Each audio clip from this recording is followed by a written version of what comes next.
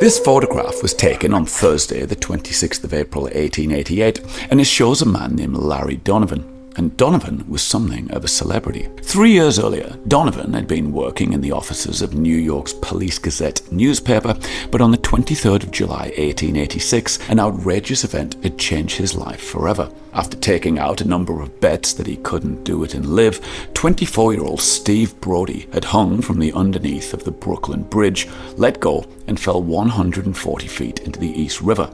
On being pulled from the water uninjured, he was met with a wave of publicity, wealth and adulation that was simply too much to ignore. So, on the 29th of August, Donovan stood on the railing to be deliberately higher, jumped, and, on similarly surviving without a scratch, had quickly made himself a star. It was a major news story at the time within the sporting newspapers, and so, with his new calling now revealed, Donovan set out to become the greatest bridge jumper that ever lived. On Friday, the 5th of November, he jumped from the Niagara Falls Suspension Bridge in Ontario, and on February the 18th from the Chestnut Street Bridge in Philadelphia, but on then attempting a head-first dive back at the Brooklyn Bridge on the 18th of April, he was arrested and sent to prison. It might have seemed that his story would simply end there, but Donovan was not giving up that easily. He set sail for England, jumped from London Bridge on the 5th of June 1887, and then from Waterloo Bridge on the 6th of October, but his most spectacular feat was still yet to come.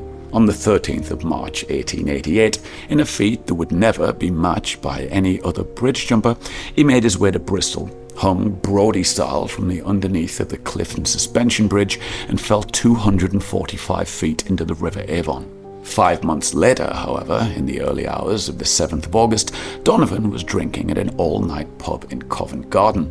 And after telling a number of strangers of his bridge-jumping feats, one group told him that they didn't believe him. They dared him to jump from the Hungerford Railway Bridge, so Donovan defiantly walked them through the darkness into Villiers Street, and when they arrived at its southern end, the crowd went left to line up along the riverside and watch, while Donovan climbed the stairs to the bridge. He walked about 30 yards along, it was said, stood here on the edge, waved his arms in the air, and jumped.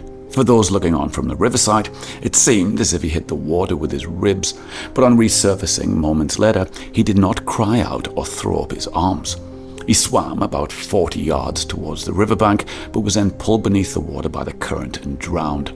His body was recovered 4 days later, some 5 miles downstream by St. George's Stairs in Deptford, and he now lies in South London's Brockley Cemetery. I'll see you back here next week for another Morbid Monday.